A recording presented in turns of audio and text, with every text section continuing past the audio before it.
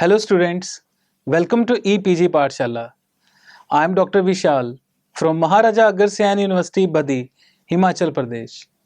Today, we are going to discuss about the module Balance of Trade and Balance of Payment under the paper International Business Operations.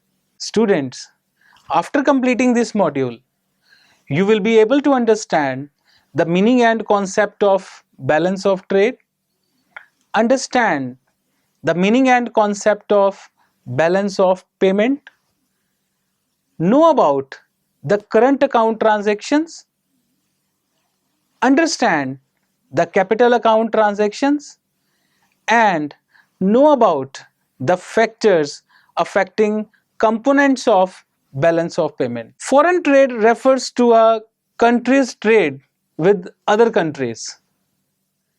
It consists of exports and imports. A country receives payments from other countries for its exports and makes payments to other countries for its imports. The difference between total receipts on account of export of goods and total payments on account of import of goods is called balance of trade. However, these receipts and payments are not necessarily in a country's own currency.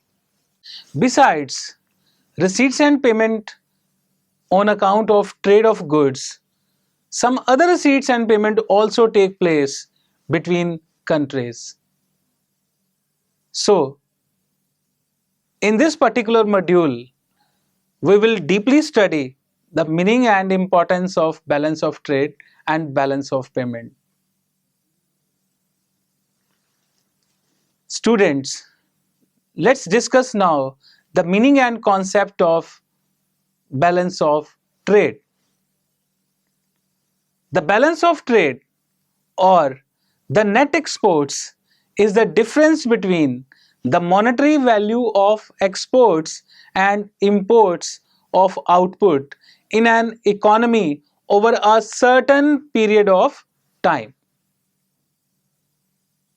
It is the relationship between a nation's imports and exports. A positive or favorable balance of trade is known as a trade surplus if it consists of exporting more than is imported. A negative or unfavorable balance is referred to as a trade deficit or informally borrowed prosperity living beyond a nation's means or a trade gap. The balance of trade forms part of the current account, which includes other transactions such as income from the international investment position as well as international aid. If the current account is in surplus, the country's net international asset position increases correspondingly. Equally, a deficit decreases the net international asset position. The trade balance is identical to the difference between a country's output and its domestic demand. That is, the difference between what goods a country produces and how many goods it buys from abroad. This does not include money re-spent on foreign stock, nor does it factor in the concept of importing goods to produce for the domestic market. There is marked distinction between the concepts of balance of trade and balance of payments. Balance of trade refers to the merchandise account of exports and imports only. Balance of payment is a broader term and it includes balance of trade. It is more comprehensive than the balance of trade. It includes all international economic transactions and items such as merchandise trade, services, banking, insurance, capital flows, buying and selling of gold, etc. In short, balance of trade is a partial picture while balance of payment is a complete picture of the country's international economic relations. Further, in the accounting sense, balance of trade may be deficit or surplus. It may be thus always imbalanced, but balance of payments as a whole must always balance. For that reason, there is an item like errors and omissions in its structure. Meaning and concept of balance of payment. A country's balance of payments is commonly defined as the record of transactions between its residents and foreign residents over a specified period. Each transaction is recorded in accordance with the principles of double entry bookkeeping, meaning that the amount involved is entered on each of the two sides of the balance of payments account. Consequently, the sums of the two sides of the complete balance of payment accounts should always be the same, and in this sense, the balance of payments always balances. However, there is no bookkeeping requirement that the sums of the two sides of a selected number of balance of payment accounts should be the same, and it happens that the balances shown by certain combinations of accounts are of considerable interest to analysts and government officials. It is these balances that are often referred to as surpluses or deficits in the balance of payments. Thus, a balance of payment sheet is an accounting record of all monetary transactions between a country and the rest of the world. These transactions include payments for the country's exports and imports of goods, services, and financial capital, as well as financial transfers.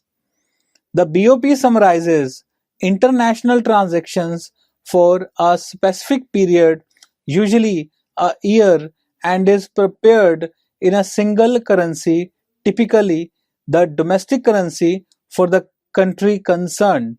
Sources of funds for a nation, such as exports or the receipts of loans and investments, are recorded as positive or surplus items. Uses of funds, such as for imports or to invest in foreign countries, are recorded as a negative or deficit item. When all components of balance of payment sheet are included, it must balance. That is, it must sum to zero. There can be no overall surplus or deficit. For example, if a country is importing more than it exports, its trade balance will be in the deficit. But the shortfall will have to be counterbalanced in other ways, such as by funds earned from its foreign investments, by running down reserves, or by receiving loans from other countries. While the overall BOP sheet will always balance when all types of payments are included, imbalances are possible on individual elements of the balance of payment, such as the current account. This can result in surplus countries accumulating hordes of wealth while deficit nations become increasingly indebted. Principles for valuation of transactions. Generally, a large number of transactions are recorded in the balance of payment account every year. Therefore, a uniform system should be adopted for the valuation of these transactions so that the data can be comparable across the countries and over a period of time. The IMF manual recommends the following principles to be followed for valuation of transactions entering the BOP account. The transactions should be valued at market prices. For this purpose, the manual describes market price as the amount of money that a willing buyer pays to acquire something from a willing seller when such an exchange is one between independent parties into which nothing but commercial considerations enter. Both imports and exports should be valued at FOB basis, that is, free on board basis. This means that the price paid for the insurance and shipment of goods should be included as a part of the value of goods either by the importer or the exporter, but should be recorded separately as a payment for services wherever paid to a foreign agency. Any transactions denominated in foreign currency should be converted into the domestic currency at exchange rates prevailing in the market at the time the transaction took place. Let's discuss now the general principles of balance of payment accounting. The double entry bookkeeping used in accounting for the balance of payments is similar to that used by the business firms in accounting for their transactions. In ordinary course of business accounting, the amount of each transaction is recorded both as a debit and a credit, and the sum of all debit entries must therefore equal the sum of all credit entries.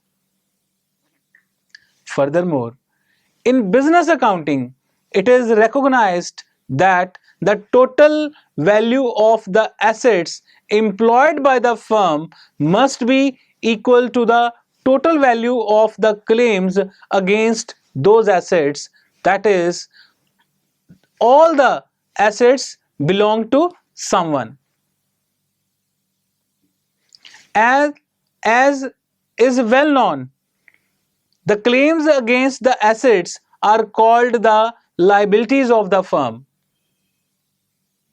That is, assets of the firm not subject to the claims of creditors are of course the property of the stockholders, so that broadly speaking the firm has two classes of liabilities, those due to creditors and those due to stockholders. By accounting convention, a debit entry is used to show an increase in assets or a decrease in liabilities, while a credit entry is used to show an increase in liabilities or a decrease in assets.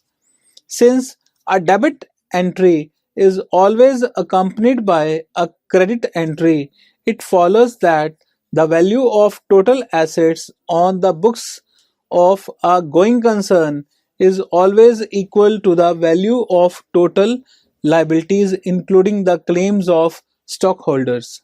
These elementary principles can be applied to the recording of transactions in the balance of payments. For example, when a foreigner gives up an asset to a resident of this country, in return for a promise of future payment, a debit entry is made to show the increase in stock of assets held by Indian residents, and a credit entry is made to show the increase in Indian liabilities to foreigners, that is, in foreign claims on Indian residents. Or when a Indian resident transfer a good to a foreigner with payment to be made in the future, a debit entry is made to record the increase in one category of Indian assets, that is, Indian financial claims on foreigners, and a credit entry is made to record the decrease in another category, that is, goods. The logic underlying every transaction being entered twice is that whenever there is a transaction, whether purchase or sale, there would be a corresponding payment, either immediate or deferred, giving rise to two entries.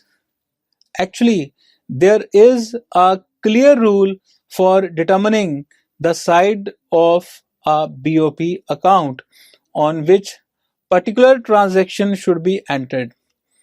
The rule is that any transaction which creates demand for the domestic currency in the forex market enters the BOP account on the credit side, and any transaction increasing its supply enters the debit side. For example, a country exports goods to another country. The demand for the domestic currency goes up as the foreign importer would need to buy the domestic currency to pay for the imports. This would appear as a credit item in the BOP account as it is a source of foreign currency. On the other hand, imports increase the supply of the domestic currency as foreign currency would need to be bought in exchange for the domestic currency in order to pay for the imports. As the foreign currency will be used by this, so it would be appeared as a debit item. So the transactions which increases the external purchasing power of country is recorded as a credit entry, and it represents a source of foreign exchange. Examples of such transactions are export of goods or merchandise exports, export of services like banking, insurance, travel, etc., or invisibles, raising of funds from abroad, that is, a capital inflow into the country, decrease in foreign exchange reserves and gold reserves of the monetary authority. A transaction which reduces the external purchasing power of the country is recorded as a debit entry. It represents the use of foreign exchange reserves. Examples of such transactions are merchandise imports and invisible imports, a capital outflow or lending abroad, increase in foreign exchange reserves and gold reserves of the monetary authority. Let us discuss now the components of balance of payments. The balance of payment is usually divided into three major groups of accounts given in the tabular form.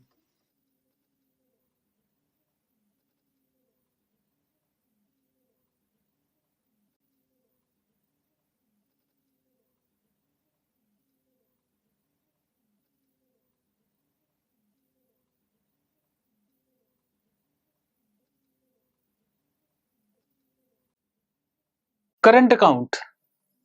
The current account records the transactions in merchandise and invisibles with the rest of the world.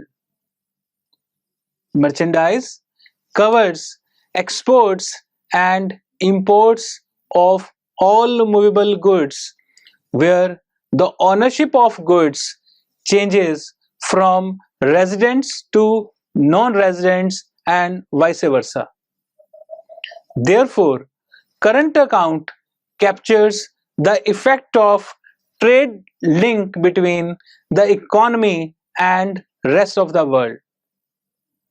The merchandise traded values exports on FOB, which means free on board basis, and are shown as credit items, and the imports valued on CIF basis, that is cost, insurance and freight, and are the debit items. However, the IMF balance of payment manual provides guidelines for compilation of the BOP statistics, prescribing the valuation of both exports and imports on FOB basis. The term invisible includes travel, transportation, insurance, investment, income, and other miscellaneous items. The credit under the invisible comprises the value of services rendered by the residents to non-residents.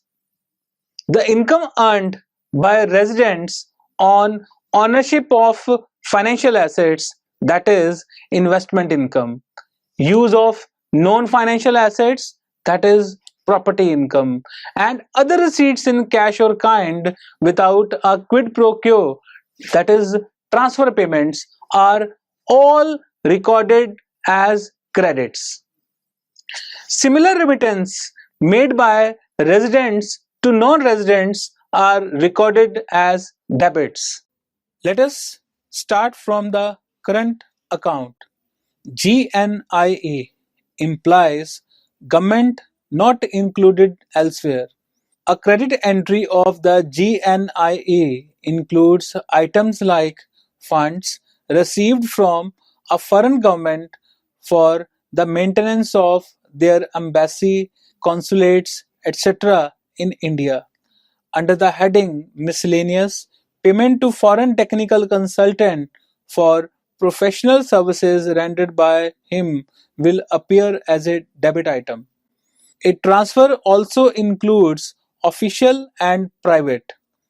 A debit entry under the heading Official Transfers constitute items like revenue contributions by the Government of India to international institutions, or any transfer, even in the form of gifts, of commodities by the government to non-residents.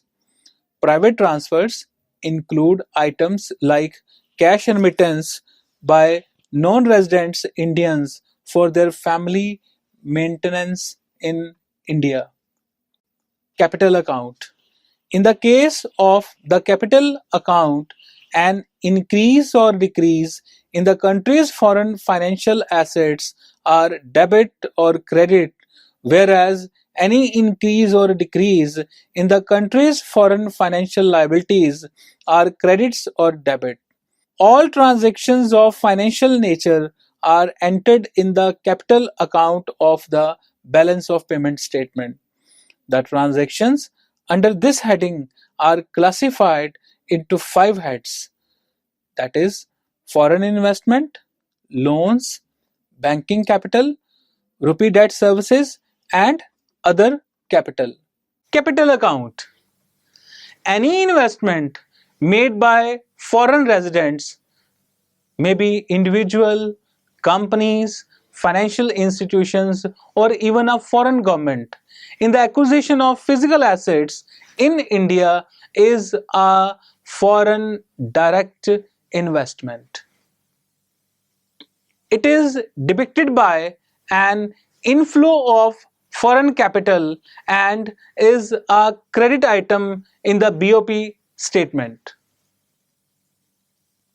When a foreign country portfolio investor directly purchases financial assets in the Indian security market, it is termed as the portfolio investment.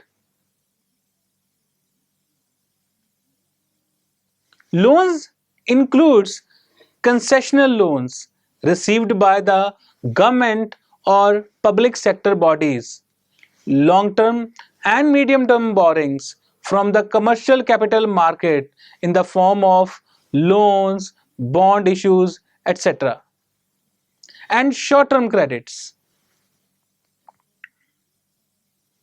Disbursements received by Indian residents entities are credit terms, while repayment and loans made by Indians are debit items. Banking capita covers the changes in the foreign assets and liabilities of commercial banks, whether privately owned or government owned, and cooperative banks which are authorized to deal in foreign exchange. An increase in assets or decrease in liabilities is a debit item, while a decrease in assets or increase in liabilities is a credit item. The item rupee debt service is defined as the cost of meeting interest payments and regular contractual repayments of principal of loan, along with any administration charges in rupees by India. Though recording of transactions in BOP statement is made according to the principle of double entry system, certain discrepancies in estimation and timing may result in a situation where debits are not exactly equal to the credits. The term errors and omissions indicates the value of such discrepancies. A negative value indicates that receipts are overstated or payments are understated, or both, and vice versa. Factors affecting the components of BOP account. Exports of goods and services. Exports of goods and services are affected by the following factors: the prevailing exchange rate of the domestic currency. A lower value of the domestic currency results in the domestic price getting translated into a lower international price. This increases the demand for domestic goods and services and hence their export. This is likely to result in a higher demand for the domestic currency. A higher exchange rate would have an exactly opposite effect. Inflation rate. The inflation rate in an economy vis-a-vis other economies affects the international competitiveness of the domestic goods and hence their demand. Higher the inflation, lower the competitiveness and lower the demand for domestic goods. Yet, a lower demand for domestic goods and services need not necessarily mean a lower demand for the domestic currency. If the demand for domestic goods is relatively inelastic, then the fall in demand may not offset the rise in price completely, resulting in an increase in the value of exports. This would end up increasing the demand for the local currency. World prices of a commodity.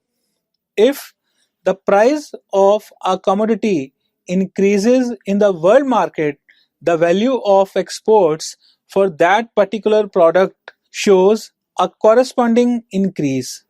This would result in an increase in the demand for the domestic currency.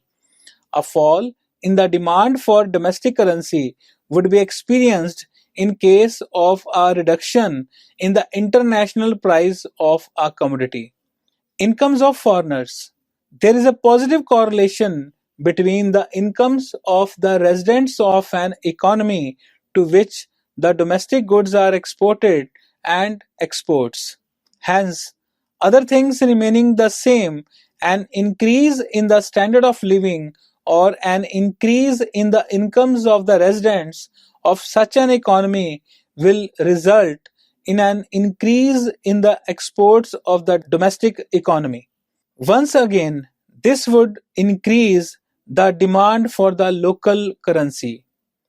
Trade barriers. Higher the trade barriers erected by other economies against the exports from a country, lower will be the demand for its exports and hence for its currency. Imports of goods and services. Imports of goods and services are affected by the following factors. Value of the domestic currency. An appreciation of the domestic currency results in making imported goods and services cheaper in terms of the domestic currency, hence increasing their demand. The increased demand for imports results in an increased supply of the domestic currency. A depreciation of the domestic currency has an opposite effect. Level of domestic income. An increase in the level of domestic income increases the demand for all goods and services, including imports. This again results in an increased supply of the domestic currency. International prices. The international demand and supply positions determine the international price of a commodity. A higher international price would get translated into a higher domestic price. If the demand for the imported goods is inelastic, this would result in a higher domestic currency value of imports, increasing the supply of the domestic currency. In case of the demand being inelastic, the effect on the supply of the domestic currency would depend on the effect on the domestic currency value of imports. Inflation rate. A domestic inflation rate that is higher than the inflation rate of other economies would result in imported goods and services becoming relatively cheaper than domestically produced goods and services. This would increase the demand for the former and hence the supply of the domestic currency. Trade barriers. Trade barriers have the same effect on imports as on exports. Higher the barriers, lower the imports, and hence lower the supply of the domestic currency. So, students, let's now summarize what we have learned in this module.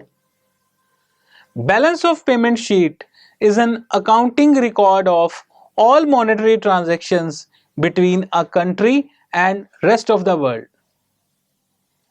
These transactions include payments from the country's exports and import of goods, services, and financial capital, as well as financial transfers. The BOP summarizes international transactions for a specific period, usually a year, and is prepared in a single currency, typically the domestic country's currency. Sources of funds for a nation, such as export or the receipts of loans and investments, are recorded as positive or surplus items.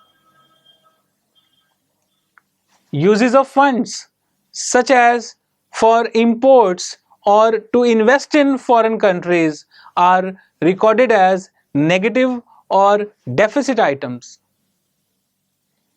As such, balance of payment followed double entry system.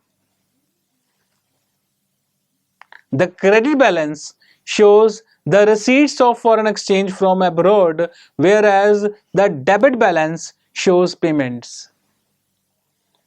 It records all the commercial, financial, and economic flows between the residents of a country and the residents of all other countries. BOP is divided into three major parts, that is current account, capital account and official reserve account. Thank you very much.